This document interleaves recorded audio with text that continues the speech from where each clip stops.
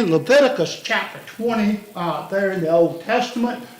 We got into it a little bit last week. Technically, we're supposed to pick up in verse 10 of Leviticus chapter 20.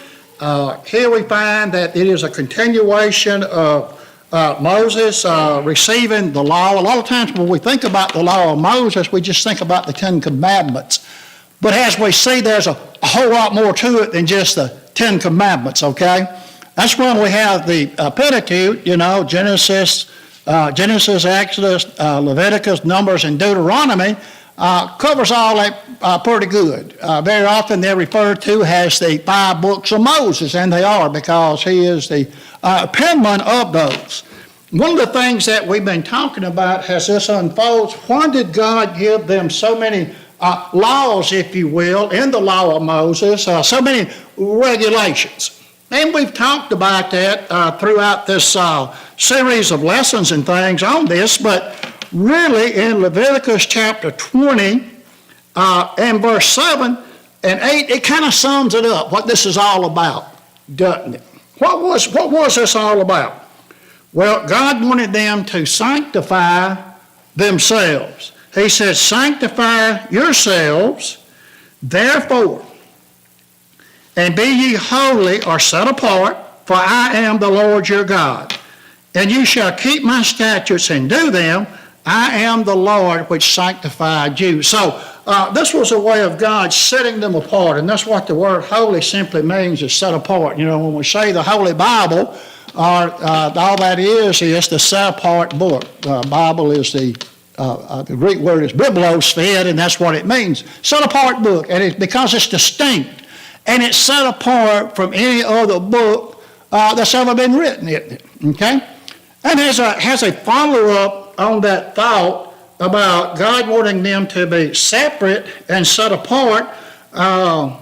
Let's drop down to verse 24. He's talking about them inheriting the land of Canaan. Of course, they're not there yet. They're camped around Mount Sinai, and it's going to be a while before they inherit the promised land. But notice what Moses here tells them about this and these laws. But I have said unto you, you shall inherit their land, talking about the land of Canaan, and I will give it unto you to possess it. It's a land that flows with milk and honey. I am the Lord your God, which have separated you from other people. So what did God expect them to be in summation? He expected them to be separate and set apart from other people. He wanted them to be distinct. It kind of goes back to the old adage of if it walks like a duck, quacks like a duck, and swims like a duck, what you probably got, Daniel? Chicken? Yeah, okay. You got a duck, haven't you? So if you look just like the world around about you, are you distinct and separate? No.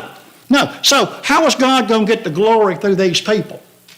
Through the children of Israel, through which Jesus Christ was going to come. He wanted them to be distinct and separate so he could get the glory, okay? If they look like everybody else around about them, they just like everybody else around about them, aren't they? There's nothing distinct. There's nothing peculiar or separate about them. And turn with me to 1 Peter chapter 2. Let's see if this thought pattern is carried over in the New Testament, okay? And we know that most of the Ten Commandments and the law of Moses and principle is carried over, except for one, and that's to keep the Sabbath. The Jewish Sabbath was what we translated Saturday. The first day of the week is Sunday, as we translate it. Matthew 27 explains that in good detail about which day is what. But anyway, pretty much the principles, the thought, and the ideas, as we're going to see, are carried over about the purity and the preservation, really, of the human race, isn't it? Okay? But notice what Peter said in 1 Peter chapter 2 and verse 9. But ye are a chosen generation, you are a royal priesthood, you're a holy nation, a peculiar people. Peter here is really echoing what the children of Israel were supposed to be. They were supposed to be set apart. They were supposed to be different. They were not supposed to be like the world to give God the glory. So if God gets the glory today, where does it come from? Well, spiritual Israel, which is the church, okay? That's where God gets the glory. If there be any goodness in this world, if there be any light shining in this world, guess where it's going to come from? It's going to come from the Christians, isn't it? You know, the world is the world. It's got its own standards happening. But if we're going to shine like a light in the world, we've got to be different and distinct from the world. Notice what he says here. That ye should show forth the praises of him who hath called you out of darkness unto his marvelous light. And I'm going to skip on down here to verse 12 because of time. Having your conversation, now the word conversation here in our day, generally means we talk about speech, don't we? And that's very important. Our speech is very important because a lot of times our speech will betray us, won't it? We'll be acting one way, and yet it don't take long to listen to somebody talk, and you can kind of figure out who they are, can't you? Okay? So if you're not careful, your speech can betray you. So what is this word conversation in the King James English? Well, it simply means your whole manner of life. Not only your speech, but your actions, your attitude, your thought pattern. Boy, it runs pretty deep, doesn't it? So let your whole manner of life, having your conversation honest, having your whole manner of life honest before the non-Jews or the Gentiles. Okay? So what are they were supposed to be? They were supposed to have an honest lifestyle, separate and distinct among the Gentiles, or, you could say this in another way, the unsaved, because we know today that both Jew and Gentile has been reconciled as one into the body of Christ, okay? So that distinction is no longer there in the church. But at this time, the Gentiles were still being brought in, wasn't they? Okay? So, anyway, notice what it says here. Having your conversation honest among the Gentiles, that whereas they speak against you as evildoers, what does the world speak of? People that's trying to live right and do right and follow after the pattern of God. What do they spoke of as today? There are people out there that want to make laws against churches meeting, isn't there? People are looked upon if you don't go along with the ideas and thoughts of the world, isn't it? And we see this every day, don't we? That if you don't go along with it and alternate lifestyles and all those types of things, well, then you're looked upon as being weird, you're looked upon as being evil, you're looked upon as being a hate monger, but that's not it, is it? That's not it. And so we find that, being honest and being peculiar and being that royal priesthood, they speak of you as evildoers. But it says here that they may by your good works, which they shall behold, glorify God in the day of visitation. So how does God get the glory? By your good works. How does the world see Jesus Christ today? By your good works, right?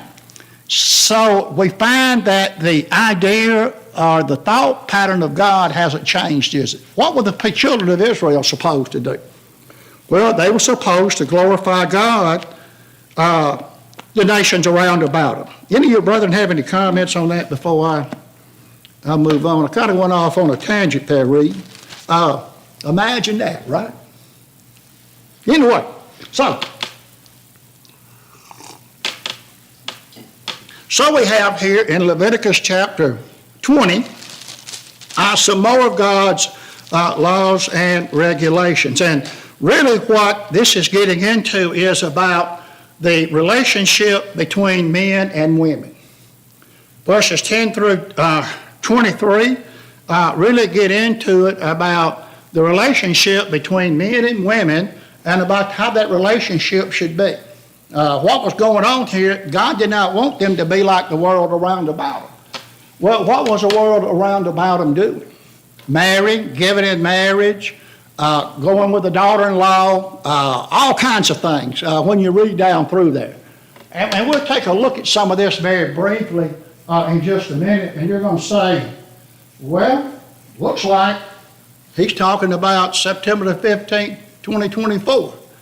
No, he's not. This was written a long before then, somewhere around 1400 BC. So as you read these things and you look at it, you begin to learn that the nature of man has not changed very much, has he? And so God was just being plain with them to tell them about these things. And so you could title this in verses 10 through 23, Laws and Penalties on the Sexual Relationships of Men and Women. And I'll try to be as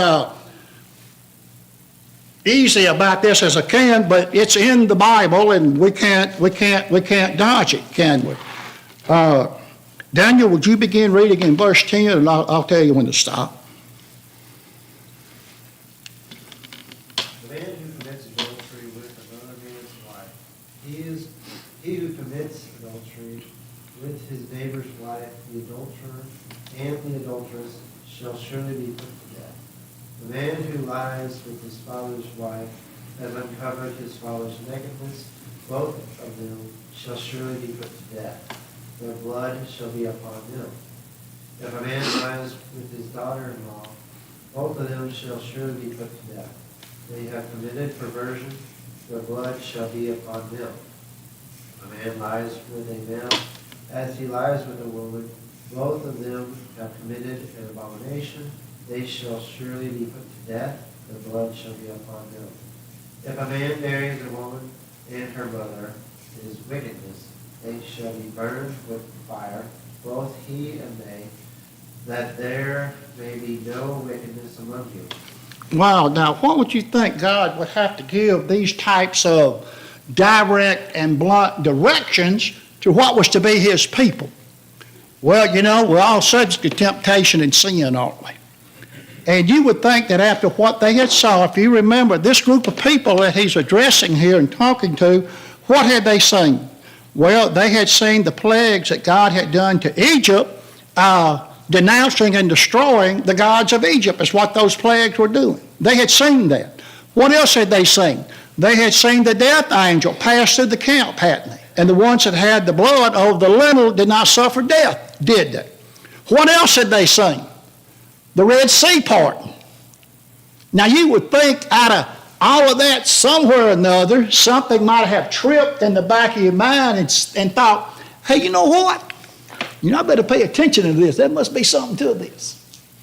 But just as time as they got across the Red Sea, and the Red Sea closed up on the Egyptian army or destroyed sin, what happened? Well, they began to murmur and complain out in the wilderness, didn't they? You know? We would have been better off back in Egypt in the flesh pots there. You know, we would have been better off under Pharaoh's control. This man Moses has done let us out here to die.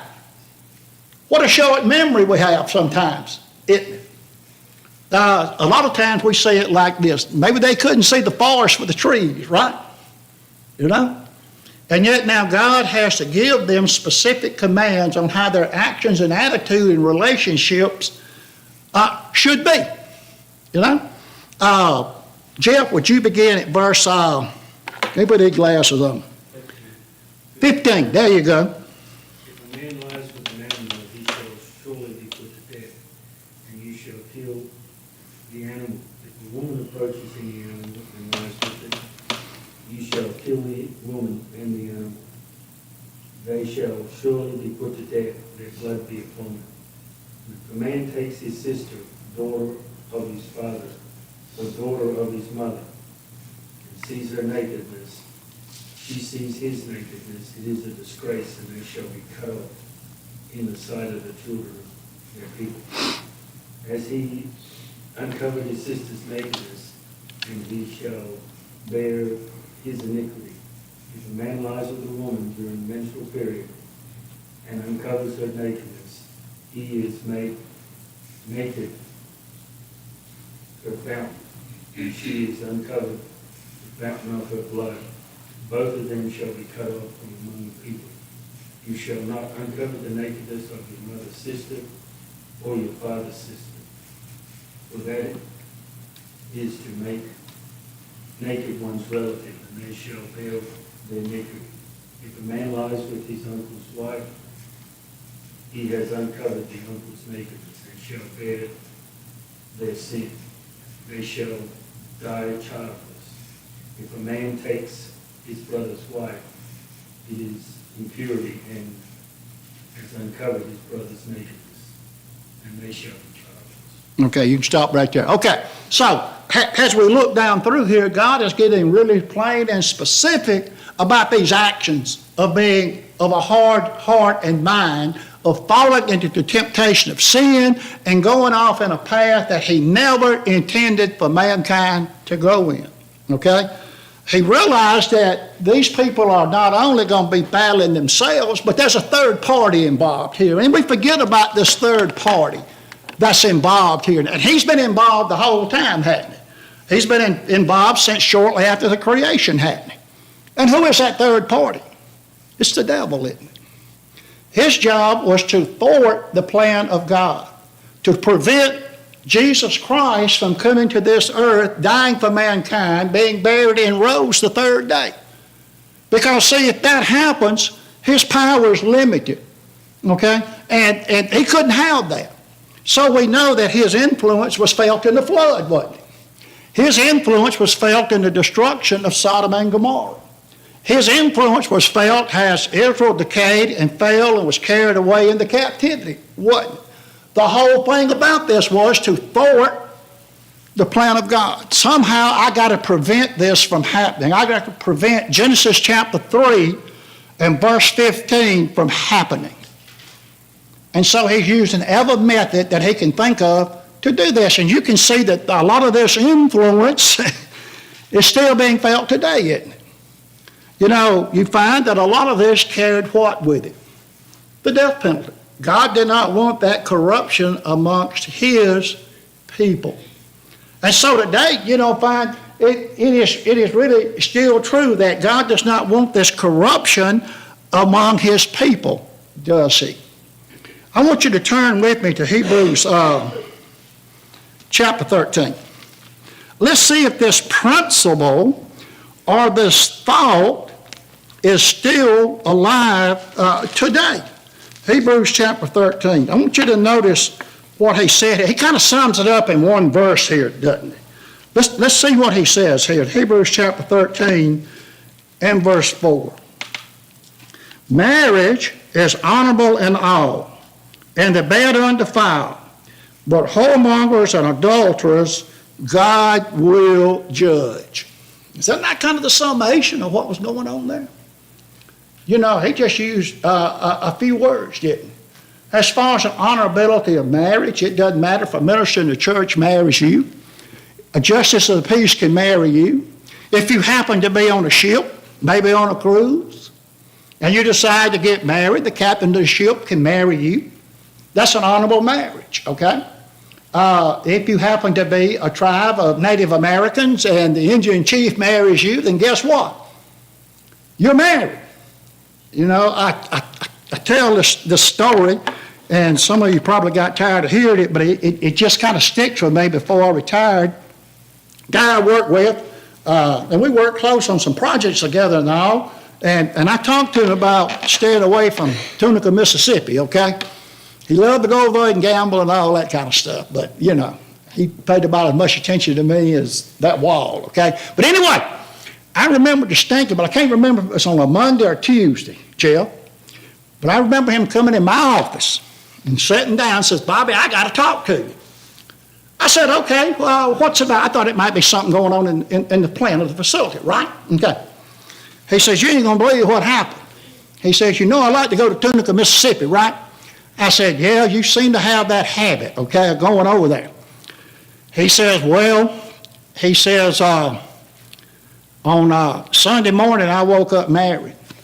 I said, what?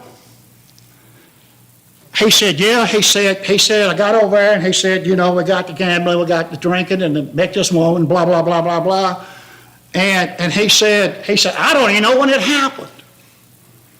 But he said, I woke up Sunday morning and I was married. And he said, for the life of me, I had to sit there and figure out what her name was. I said, what? And I said, I ain't never heard of such a mess. He said, I know it, man. He said, I don't know what I'm going to do. He said, what am I going to do? I said, well, I can just tell you this much. You I-do'd and you done. You married. Now what you going to do, I can't tell you. All I can tell you is you married. Okay? And so he got up and leaves the office, and time or two there I thought about asking about it, but I thought, I want to stay away from it. I don't want to know. I know what he done in the end, but I'd never asked, okay? He didn't like my answer, but what I was going to tell him? You know? And so that's what people can get themselves into it, okay? And all because of a pleasure of sin. Notice what he says here in verses, let's see, where am I at? That's why he says, let your lifestyle be without covetous and be content with such things as you have, for he has said, I will never leave thee or forsake thee. Well, that's some good advice, isn't it? That's some good advice. So anyway, we find that these things in principle and in thought are still in force today. You know, we think about all the activities and controversies that's going on today around things and lifestyles and all that. And it's nothing new. It's been going on ever since the beginning of time, basically. You go back there and look at the flood and the events that led up to it, and it just says that man's heart and mind was on evil continually. All right? Write down continually, and I want you to list everything that's continually. Okay? And you're going to find out there's a whole lot of stuff in there, okay, that led up to the flood, okay? Anyway, so we find this thought being carried over in Romans chapter 1. And he talks about, writing to the church at Rome, about the corruption man has got himself into, that man left the natural use of the woman, long about what, verse 26 or so? Let me turn there that quick like. And verse 27, and all this was going on, and all this sodomiteness was going on, and all this stuff was going on. Don't you notice what Paul said about that? It's kind of interesting. And what Paul says about all this. What had we found in the Old Testament that those things carried with them? The death penalty did. Unruly children, what was done with them? They were taken to the elders and taken out and stoned. Needless to say, if we want to bind things on the Old Testament on ourselves today and not the law of grace and truth, I'm afraid the population of the earth wouldn't be as much as it is today, okay? So they dealt with those things, didn't they? Why? Getting rid of the corruption of sin. And it can be hard sometimes, can't it? You know, them old habits we have a lot of times, they die hard, don't they? But we've got to keep it in perspective. What's our mission and motive? Well, one day we'll want to get out of this world and be in the world Jesus has prepared, don't we? So anyway, Paul said this, and he goes on to say about all this stuff that went on about between men and women, and even he gets into people that are despiteful, proud, boasters, inventor of evil things, verse 30, disobedient to parents, without natural affection. What does he say about all this in Romans chapter 1 and verse 32? Notice what he says here. Who knowing the judgment of God, that they which commit such things are worthy of death. Pretty powerful, isn't it? You know, and, you know, sometimes I'm expecting to get some rebuttal from YouTube or somewhere about these things because we're live on video feed, aren't we? But that's okay. You know, that's the message the world needs to hear. And, you know, you have people say a lot of times, well, I don't want to listen to that. Jesus come to condemn me. No, he did not.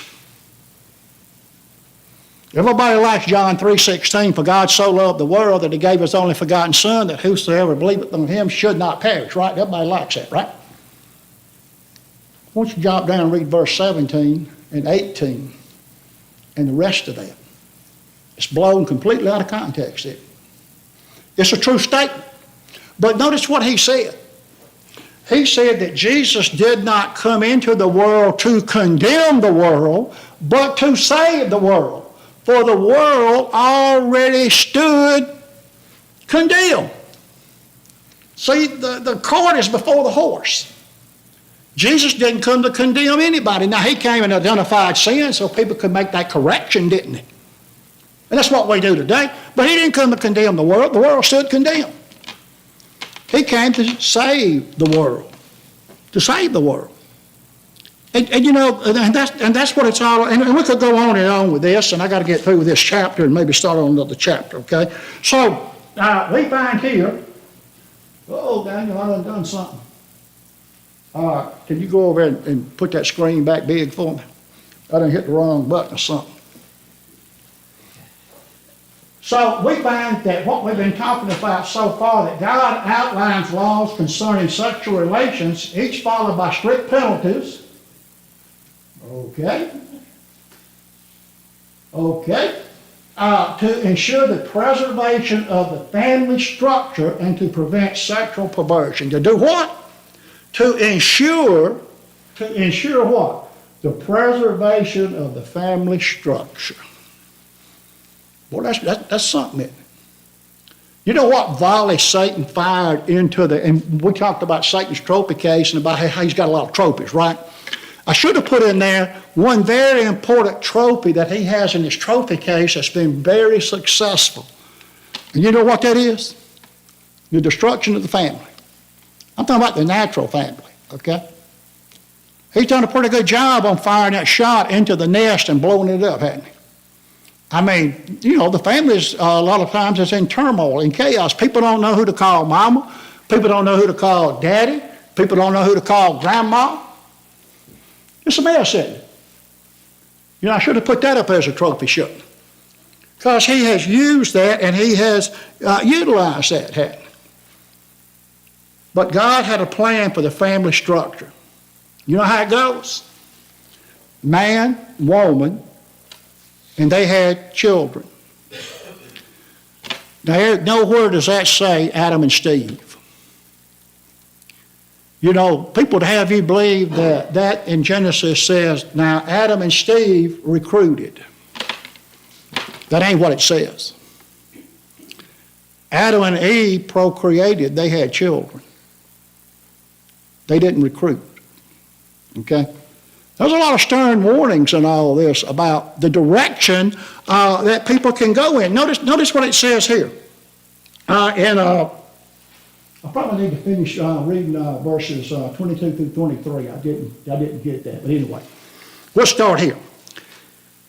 Ye shall therefore keep all my statutes and all my judgments and do them, that the land whether I bring you to dwell therein, spew you not out. Wow.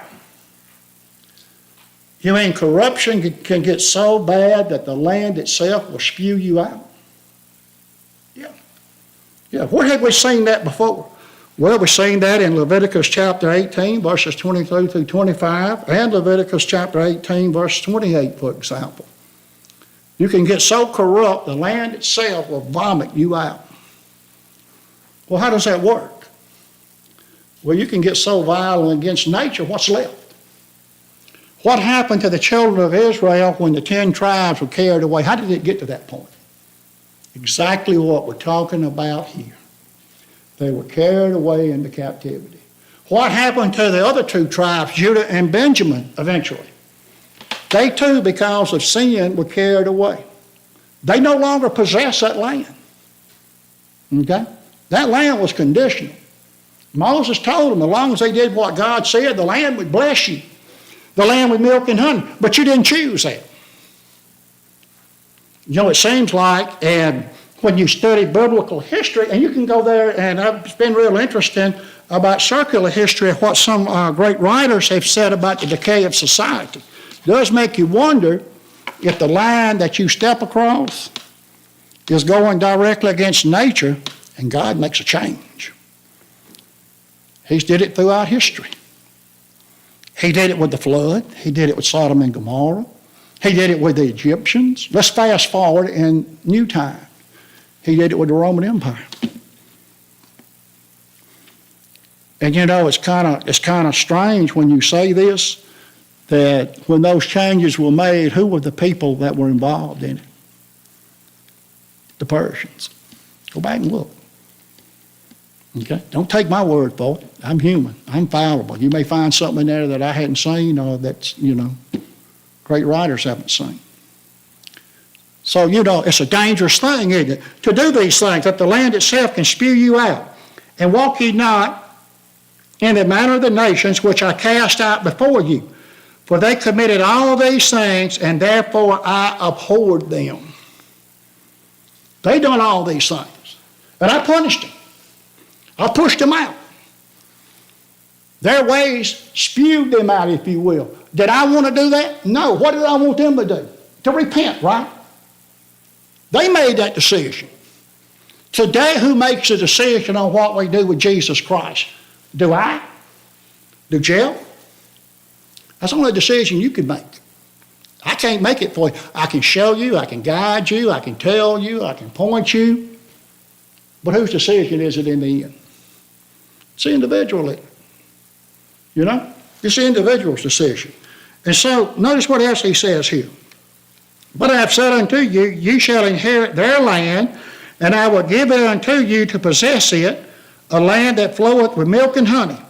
I am the Lord your God, which have separated you from other people. God wanted them separate and distinct. And the land did spew out the Canaanites and the Midianites and all those other nights, didn't it? Just like God said. But what finally happened with the children of Israel? Destroyed. Carried away. Boy, Moses laid them down a stern warning in Deuteronomy chapter 28, didn't he? Sure did. Spent 3/4 of the chapter telling them to behave themselves and God to bless you. If you don't, here's what's going to happen. And, he said, hey, you can knock yourself out if you want. You've been warned. So we find that in 2 Peter chapter 2 that we read, it's the same thought in it. He wants his people, the church, to be separate and apart from the world around about them. I might stop just a minute, Daniel. I've been talking 90 to nothing. Any of you brethren have any comments on any of this? Well, in a nutshell, what you're saying, you asked a question earlier, and the reason the Lord gave all these instructions is against that in Jeremiah 10:23. Because without instructions, we can't do it on our own. That's right. We need instructions. That's right. And a constant reminder. Yeah, man's cursed when he trusts in the flesh of man, isn't he? Yeah, that's right. Somewhere you got to have order, haven't you? You got to have structure. Without order and structure, what do you have? Chaos, don't you? It's got to be there. You got to have this order. You got to have this structure to prevent chaos. Well, you don't have structure and order. What do you have? Chaos, don't you? Everybody doing their own thing and nobody doing, well, in a sense, the right thing, are they? They're following after their own way, But, that's not what God plans. Where am I at? Ye shall therefore put difference between clean beasts and unclean, between unclean fowl and clean, and you shall not make your soul an abomination by beast or by fowl or by any manner of living thing that creepeth on the ground, which I have separated from you. And we went through all that in great detail when we covered the first part of Leviticus and the end of Exodus about how God had regulated certain things they would eat and not eat, okay? And that was done for various reasons, because God wanted his people to be pure. He wanted what they touched to be pure. He wanted it to be good and wholesome, okay? I won't go back into all that. So, and you shall be holy unto me, for I am the Lord, am holy, and have severed you from other people that you should be mine. So, what's that telling us today about the church? He wants us separate, don't he? We're not to be like the world around about us, are we? If we're like the world around about us, then guess what we are? We're no different than anybody else, are we? We're not distinct. We're not royal. We're not peculiar. We're not different, are we? And so, this is what God pleaded with Israel to obey him, that the same fate would not befall Israel. Unfortunately, eventually it did, and the land did cast out Israel, resulting in the exile for both the northern nation of Israel and the southern nation of Judea. And of course, verse 27, he comes back to this, doesn't he? About wizards and witchcraft and the occult and things like that, that witches and wizards should not be found among you. As a matter of fact, we talked about that a great deal in other lessons. A man also, a woman that hath a familiar spirit, or that is a wizard, shall surely be put to death. They shall stone them with stones, and their blood shall be upon them. Pretty plain, isn't it? Foreign gods, foreign ideas, wizards and witchcraft, voodoo, the occult, and we've done a series of lessons on the occult here a while back. And what's very interesting about it, it takes on different names and different forms in our culture today. Still alive and well. We don't use this terminology a lot today. We use other terminology with it to try to make it look appealing, to make it look pretty, to make it look, I can live with that.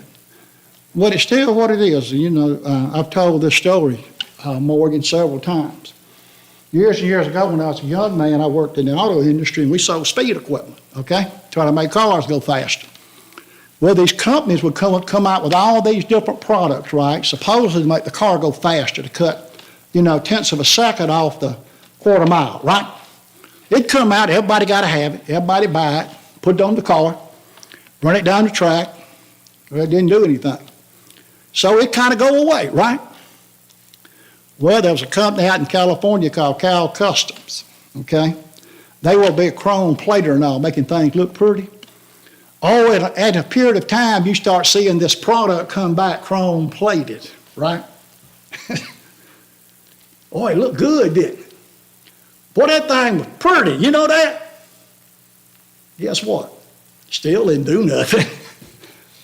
Sold gazillions of them, right? Okay? So, doesn't matter what name it's under, it's still the same thing. When you get into this, and a lot of this is done today. In general, when you define such as this, in general, if it's something that's manipulative, dominating, and intimidating, guess what that's a part of? That's done to control you. Actually, when you look at it, that's part of the definitions of witchcraft. Intimidation, domination, manipulation. It's really interesting when you get into this. So God did not want anybody else influencing them with something that's not true. What did Paul say? There's nothing in these dumb idols. You know? Reed said it best in a lesson a few weeks ago. He said, it's kind of interesting. God created us and we in turn worship God, right? He said, isn't it real interesting that other gods that people worship, the individual creates them. And then the individual turns around and worships that which they created. And that don't sound right, does it? Something about that don't mesh, does it, Reed? But it's true, isn't it? Man built him statues of idol and ivory and gold and whatever, Man will build that, then man will turn around and put a worship process to it, whether it be cutting up little fruit every day and putting it in front of it or whatever it may be. But the true creator we worship. He created us. We didn't create him. He's given us instructions on how we're to live our life to that creator. So anyway, these wizards and things like that,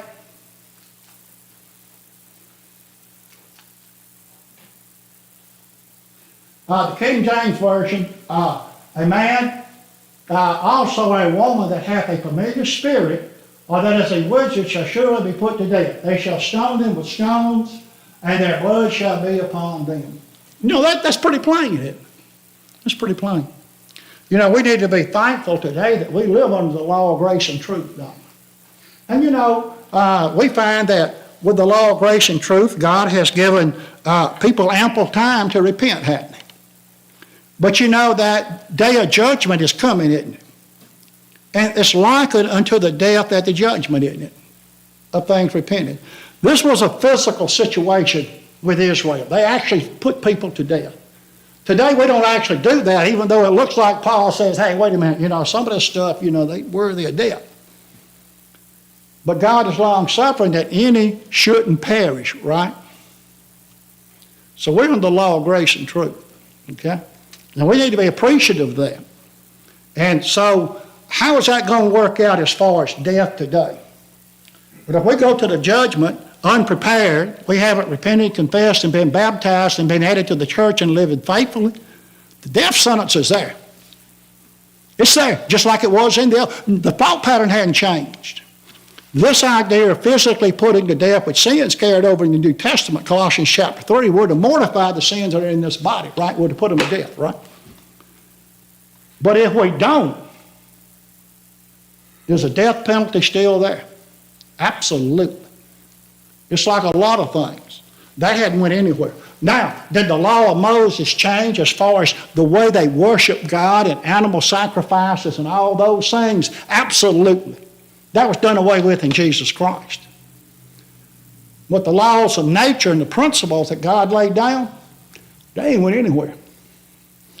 We can try to hide it, we can try to manipulate it, we can try to make it read something it's not, but it hadn't went anywhere.